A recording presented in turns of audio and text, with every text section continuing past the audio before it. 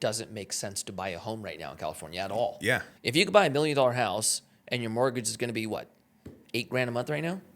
Yeah. You can rent the same house for $5,000. Yeah. Why would you not rent for $5,000? Because if your game is that you're waiting out interest rates to drop and then you're going to capture a refi and lower your payment, then that's why you would do such a decision. But you're playing a risky game. Yeah, but who says values are going to go up when interest rates drop on single-family homes? You're not. You're saying that your expense is going to go down when interest rates come down and you trigger a refinance. So then why not just buy when that happens? Because that would assume that the point that you made earlier is incorrect and that when rates come down, prices are going to go up. I don't think they're going to this time. Maybe. I think home prices are going down this time when rates come down What makes you say that? because of the lock-in effect. I think the only thing holding up the market right now was the 30-year fixed sub 3%, which So we're never seeing again. All the people that We're are never sitting seeing on that low again. rates. 100%. So the people right now, right, the trend that you're starting to see on the single-family side is a seller goes, I'm going to sell my house. They put it on the market, and they're not getting what they want. They just delist it. They don't need. There's nothing forcing sales right now, right? So if there's nothing forcing sales, which is holding product off the market, if rates come down, why would you not see a flood of the market? So let's play out an actual assumption, right? Let's say you bought a house in 2012. I'm thinking of an example, specific example. You bought a house in 2012, locked in financing at 2.5%. Right? Are you selling it today? Nope.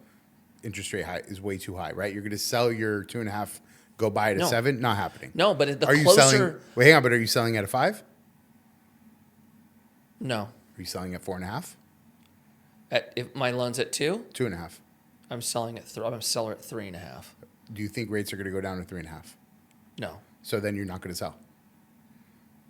No, I think rates are going to probably land at 4.5. Right. But if you wouldn't sell out of a 2.5 to go into a 4.5, you're not selling. So the market's not going to get flooded with your particular house. Right. No, but So that's what I'm saying. I don't think rates are going to come down far enough for that particular homeowner who's sitting on a 2.5 to want to actually sell, which is why I think as rates come down, arguably people are going to want to get even more money for their house to sell out of the 2.5 because they have to still have a yeah, but it's premium not about what on the seller exchange. wants. It's what the buyer wants, right? Well, fair, but the buyer So- can only get what sales or product is actually out there.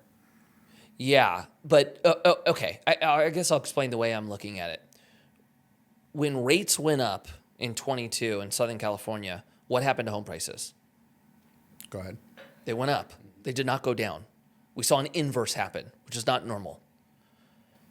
But I why? think- But why did that happen? Because we don't have Well, supply, and Because there's no supply And because- lock-in effect, Correct. and inflation, all of these FOMO at a crazy rate, right? There's a lot of those off of the table right now. FOMO's gone.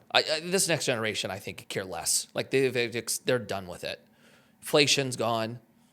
30-year fixed at 2% gone, right? Supply is the only thing that hasn't changed. But if you take all those factors off of the table, why do prices go up when rates come down?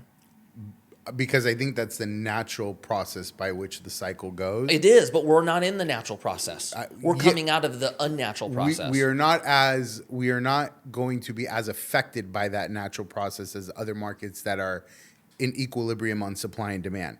But that doesn't mean that that's not going to happen at all. It will happen. So you may not see as big of a drop in valuations as a result of a reduction in interest rates, but I still think we're going to see a bit of a drop in valuations as a result of it.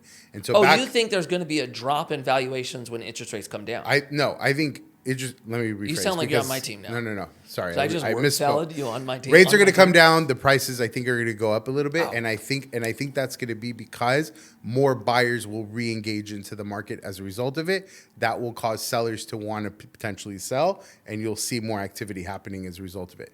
I don't think the lock-in effect is going to flood the market, but I think the lock-in effect is going to restrict some, opening up others as well. It just depends on the percentage of people that are going to dump. But I think what Taylor just said is actually making me feel like it's even more of an argument for that outcome, which is the only people buying homes is kids whose parents are buying them for them.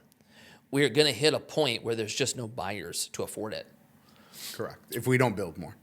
Yeah, but no single family is being built, right? It's all multifamily. Those deals don't make sense at all. I know, either. they make no sense. Yeah, zero. I mean, SFRs is an investment? and like build to sell, like spec Oh, homes. yeah. Like spec homes are super tough to pencil right now.